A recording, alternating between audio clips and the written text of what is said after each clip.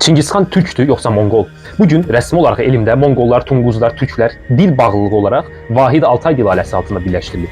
Bəs niyə bu iki xalq qohum sayılmasına baxmayaraq Çingizxanın kimliyini mübahisə edir və bu məsələdə əslində kim haqlıdır? Bir vacib fakt var ki, Monqollar bunu bilmirlər və qəbul etmək istəmirlər. Belə ki, Sibirin şimalında yaşayan Tunguz Manjurlar 17-ci əsrin əvvəllərində Monqol imperiyasına hücum etdilər və bir müddət Monqolları tamamilə öz əsarətində saxladılar. Çingizxan dövründən qalan əslən türk olan Monqollar isə indiki Qazaxstan ərazisinə qaçıb Qazax türkləri ilə qarışdılar. Yerdə qalan Monqollar çoxluq təşkil edən Tunguzlar tərəfindən assimilyasiyaya uğradılar və əhalini ənənəvi Monqollardan ayırmaq üçün həmin ərazidə çayın adına görə Xalxa Monqollar adlandırıldılar.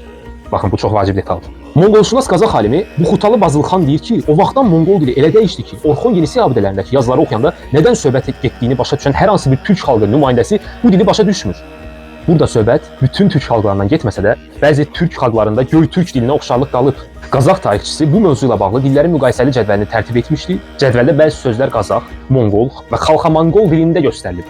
Bazılxanın cədvəlinin aydın olur ki, Çingizxanın danışdığı dil Qazax türkçəsinə Xalxa-Monqol dilindən daha yaxın olur. Fikir verin, deməli müasir Monqol dili türk və Tunguz dillərinin sintezindən formalaşır.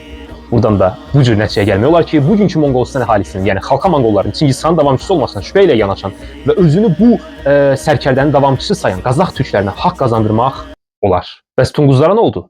Sibirin şimalında yaşayan və Tunguz kimi tanıdığımız bugünkü xalq isə Çin xalqı tərəfindən assimilyasiyaya uğrayıb. Sadəcə Sakha-Yakutiya ilə qonşu olduqları üçün onların dillərinə də türk sözləri keçib. Əsl Tunguzlar isə Xalqa-Monqollar da deməli Altay dilləri ailəsi sadəcə formal nəzəriyyədir. Qohum dilləri ailəsi adı altında türk xalqları səhvən bəzi çəkik gözlü xalqların qohumu kimi tanınır. Faktiki olaraq bu ərazidə əvvəlcə türklər, sonra Tunguzlar yaşayıb, Monqol adında isə bir xalq mövcud olmayıb.